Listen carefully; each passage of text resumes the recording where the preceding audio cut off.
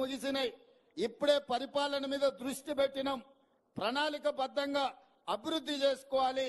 అదే విధంగా మహేశ్వరం ప్రాంతంలో ఏదైతే 25,000 ఎకరాల భూసేకరణ జరిగిందో మొత్తం ఐటీ ఫార్మా కంపెనీలు పెడితే మన ప్రాంతం అంతా కలుషితం అవుతుందన్న ఆలోచనతోని అక్కడ వివిధ అభివృద్ధి కార్యక్రమాలు తీసుకెళ్లాలని, అక్కడ యూనివర్సిటీలు పెట్టాలని, అక్కడ ఐటీ కంపెనీలను పెట్టాలని, అక్కడ పెట్టే ఫార్మా కంపెనీలలో కూడా పొల్యూషన్ లేకుండా ఓన్లీ టాబ్లెట్స్ తయారు చేసే కొంత భాగమే ఇయ్యాలని, ఎలక్ట్రిక్ కార్లను ఉత్పత్తి చేసే పరిశ్రమలను తీసుకురావాలని, బ్యాటరీలను తయారు చేసే పరిశ్రమలను తీసుకురావాలని, అక్కడనే స్పోర్ట్స్ యూనివర్సిటీ పెట్టాలని, అక్కడనే మెడికల్ హెల్త్ హబ్ క్రియేట్ చేసి మెడికల్ టూరిజంలో ప్రపంచంలో నుంచి ఎవరికి ఏ వైద్యం కావాలన్నా మన హైదరాబాద్ ఎయిర్పోర్ట్ నుంచి మన రంగారెడ్డి జిల్లాలో ఒక మెడికల్ టూరిజం ని అక్కడ ఎస్టాబ్లిష్ చేయాలని ప్రణాళికలన్నీ మా మిత్రుడు IT and industries minister Sridhar Babu గారు ప్రణాళికలు సిద్ధం చేస్తున్నారు.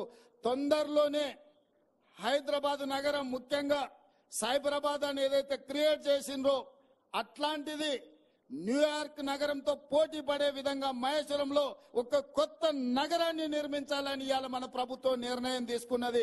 ఒక అద్భుతమైన నగరాన్ని నిర్మించే బాధ్యత కాంగ్రెస్ పార్టీ తీసుకుంటుంది.